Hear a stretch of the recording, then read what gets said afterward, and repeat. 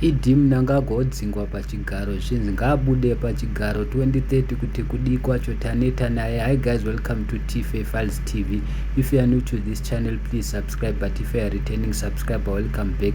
Vanhu vari kuramba chakabvondoka tera yamunzwe zvekutaurwa anzi ngaabude ngaende kunyika kwake. Anofanira kutobuda achida asingade, ndokwatakanaga ikoko. Ndone basa rese kudoshaura kudokamarara kudodi hapana chiri kuchinja agere muchibage izvozvo kupurazi kwake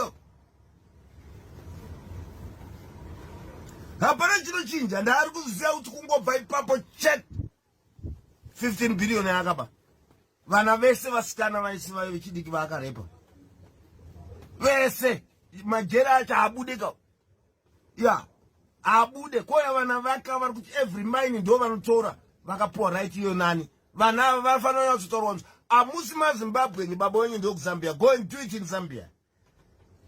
Ende munozviita kuZambia kwakabva baba wenyu.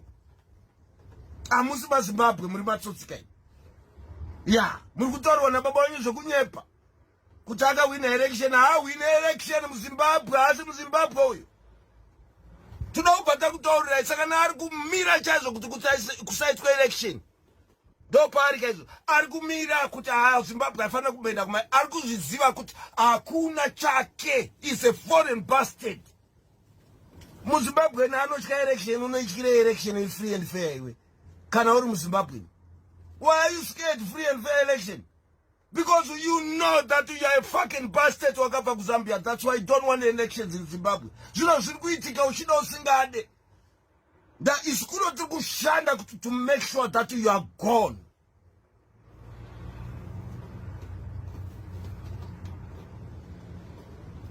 Murungu akarwisa akanga ari nomo akaterera akaenda nemi kunotaura nemi. Nhasi maZimbabwe ataura kuti chibva akapa hakuna kuwina zvawakawina uri kuramba uripo. Look, the suffering you are causes at my university, nekuma college, nekuma hospitals. Tarisa suffering you kubuda iko. Chono tunotonga ya ndotonga tunakukubamba iwe. Atimbo kusia ba iwe tsotsi iwe. Wakawa chinyepa tokarwira ngedi iwe uri mforena. Unonyepa iwe. Tunakukubamba check. Zvarizvi kukusapota zvichasara 1-1 tunenge takubata atimbokusiya nawo kuziriya nemukadzi wako nezvamaita nyika yedu atimbokusiyai muri mbavha dzekuZambia mbavha mabwidi mambavha kuya kuzodistra hatina basa neindependence yawakatitaurira kuti independence yekuita sei yekuya kuzoparadza mahospital bloody bastard. Munotoenda chete matsotsini muri kutoenda chete.